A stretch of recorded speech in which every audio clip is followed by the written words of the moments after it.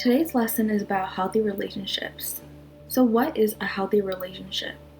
A healthy relationship is when two people develop a connection based on mutual respect, trust, honesty, and support. Don't forget to tell your freshmen that relationships are not always between boyfriend and girlfriend, but can be between two friends. Make sure to ask your freshmen to list off some traits of a healthy relationship. Some traits they could say of a healthy relationship are they have good communication, being mentally stable around this person, sharing respect, being honest with each other, noticing that you're happier when you're around them, seeing that you can be yourself when you're with the person, you're comfortable with them, you trust them, you care for each other, and you see each other as equals, and you support each other. Also, make sure to ask your freshmen to list some of the traits of an unhealthy relationship as well, not just the healthy relationships. Some of these traits include lying to one another, or being manipulative, or manipulating the other person to do what you see best. Also, being rude, not just through your speech, but also through your actions and not helping each other out. Being selfish and only looking out for yourself, which can lead to some relationships going very bad very quick. Also, there's a lack of communication between the two people, where lack of communication can just lead to dysfunction and confusion, which isn't good for any relationship.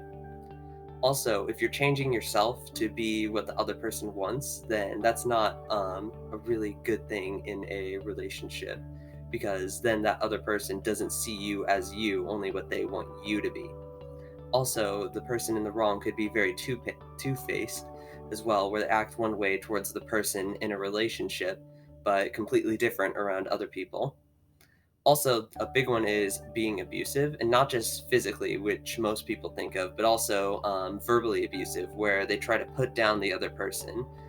And also, there's being aggressive, which could lead to even more dysfunction.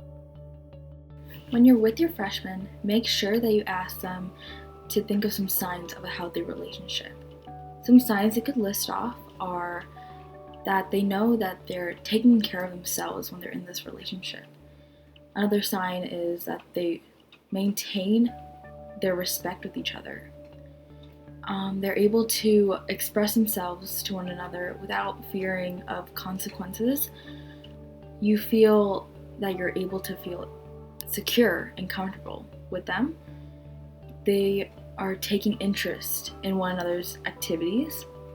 And another sign of a healthy relationship is that you're not worried about violence in this relationship, and that you trust each other and you're honest with each other.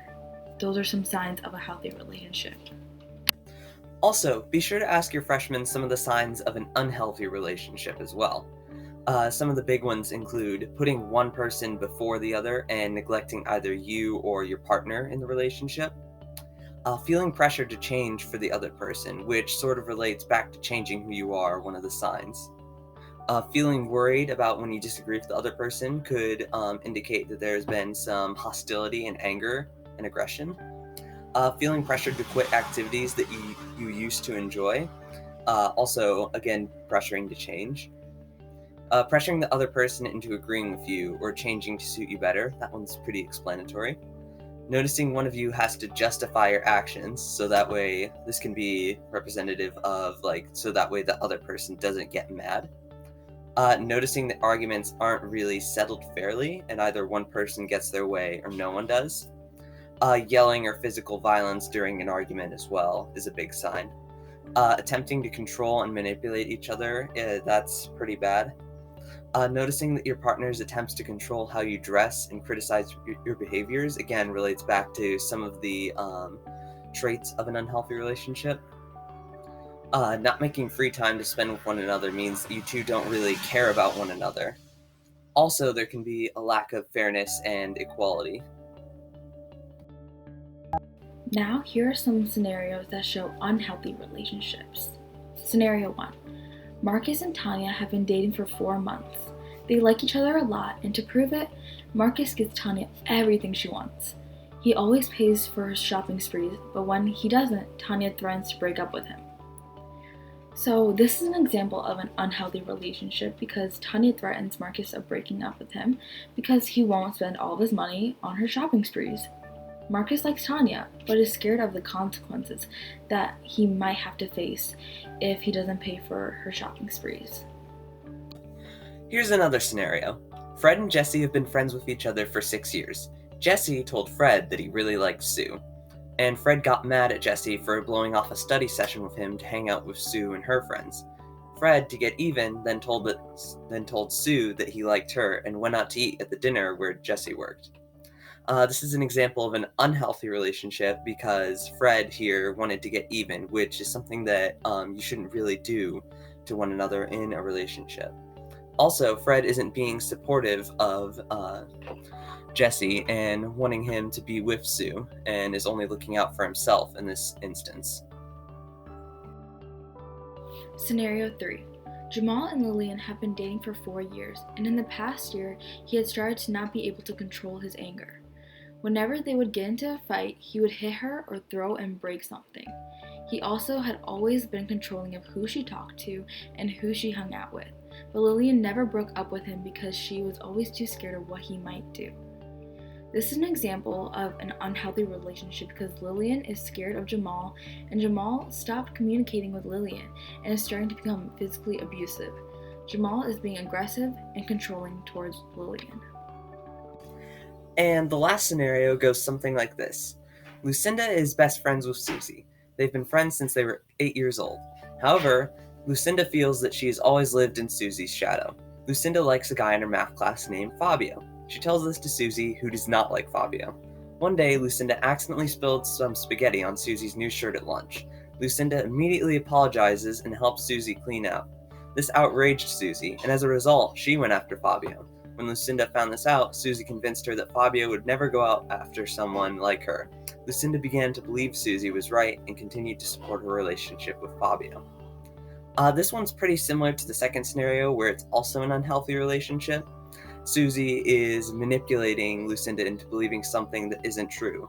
And not only that, but Lucinda, there's kind of a lack of communication between them because Lucinda never really expressed how she felt like she lived in. Also, at the end of your lesson, you can play games with your freshmen, and because we're dealing with different types of relationships, all of these games include communication skills, which is something that's very important in a relationship. The first game is one called Famous Pairs, where on sticky notes that get handed out randomly, you would write different types of famous pairs to everyone. Bacon and eggs, Dorothy and Toto, Jack and Jill, etc., etc. And everyone takes turns asking yes or no questions, trying to figure out who has which famous pair, and which two people have that famous pair. It's pretty fun. One of the other games that you can play with your freshmen is Telephone, and I'm sure most of you have heard of it, but if you haven't, then how it works is one person comes up with a phrase, and everyone sits in a circle, and the person who came up with that phrase whispers it in someone's ear, and they whisper it into the next person's ear, so on and so forth, until the last person gets the message, and then they have to say it out loud. The fun is how messed up the message can be along the way.